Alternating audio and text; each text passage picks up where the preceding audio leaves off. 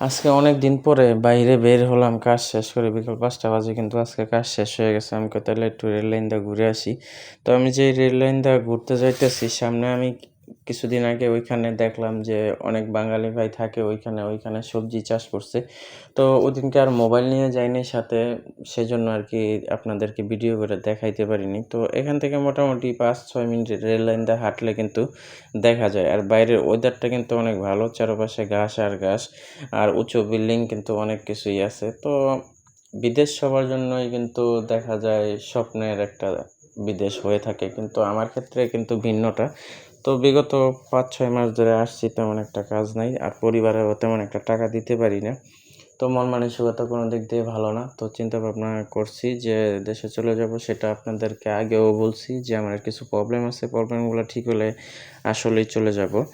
তো আজকে একটু ভালো লাগতেছে। সবসময় মাথার ভিতরে চিন্তা থাকে যে এতগুলা টাকা দিয়ে আসলাম, প্রায় ৳৪,০০,০০০ দিয়ে আসলাম। আসার পরে কোনো সুফল পাইনি। তো চিন্তা করি যে এতগুলা টাকা তো ওইজন্য আরকি চিন্তা করি না আল্লাহ পাক যে যেমনই রাখছে তেমনই হবে। আল্লাহ পাক জীবনে যদি ভালো কিছু লিখে থাকে তাহলে অবশ্যই ভালো কিছু হবে। তো যাই আমার কথা বলতে, বলতে আমি সামনেই চলে আসতেছি। তো আমি যেই লাইন দিয়ে হাঁটতেছি এই লাইন দিয়ে কিন্তু সামনে দিয়ে ট্রেন আসে। আর ওইটা আসে পিছে দিয়া, যেই কারণে আমি ওই লাইনে যাই নাই। তো এটা দিয়ে গেছি। তো আর দেখতে, দেখতে কিন্তু চলে আসছি। এই যে দেখেন এখানে লাউ শাক, তারপরে হইতেছে পেঁপে, বিভিন্ন জিনিস পুঁইশাক।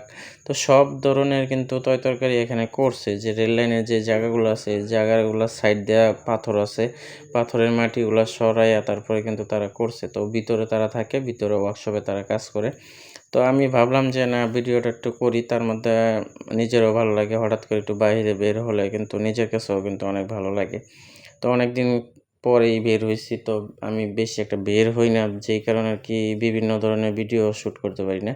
এই দেখেন কচু লাগায় রাখছে। এগুলি কিন্তু তুইলা লতি খায় এখান থেকে। তাও কচু বড় হইলে কচুও খাওয়া যায়। কচুর ডাগ্গাও খাওয়া যায়। মানে কচুতে কোনো কিছুই মিস নাই। সবকিছুই খাওয়া যায়। তো এখানে দেখেন আবার ওই যে পেঁপে চারা লাগাইছে। আরো এখানে অনেকগুলা আছে আরকি। করলা গাছ লাগাইছে। আরো অনেক কিছুই আছে। তো যেইগুলো আরকি আপনাদের মাঝে আমি তুলে ধরার চেষ্টা করতেছি যে সবসময় দেখাই। এই যে দেখেন কি সুন্দর কইরা পরিচর্যা করে ওই যে আবার দেখলাম যে সিম গাছ আছে। গাছের ভিতরে কিন্তু আবার সিমও ধরছে। অনেক সুন্দর, সুন্দর সিম ধরছে। ওই যে দেখেন সিম ধরছে। সিম শুকায়ও গেছে। তেমন একটা পাইরা খায় নাই। তো বিকালবেলা কিন্তু আবহাওয়াটা অনেক ভালো ছিল। বৃষ্টিও ছিল না তেমন কিছু। তো আবার ওই যে দেখেন সিম গাছে ফুলও আসছে এবং সিমও আছে। দেখতে কিন্তু অনেক ভালো লাগে। প্রবাসের মাটিতে যদি আপনার কোনো কিছু কিনে না খেতে হয়, তাহলে এইভাবে চাষাবাদ করলেও আপনারা কিন্তু খেতে পারেন আরকি।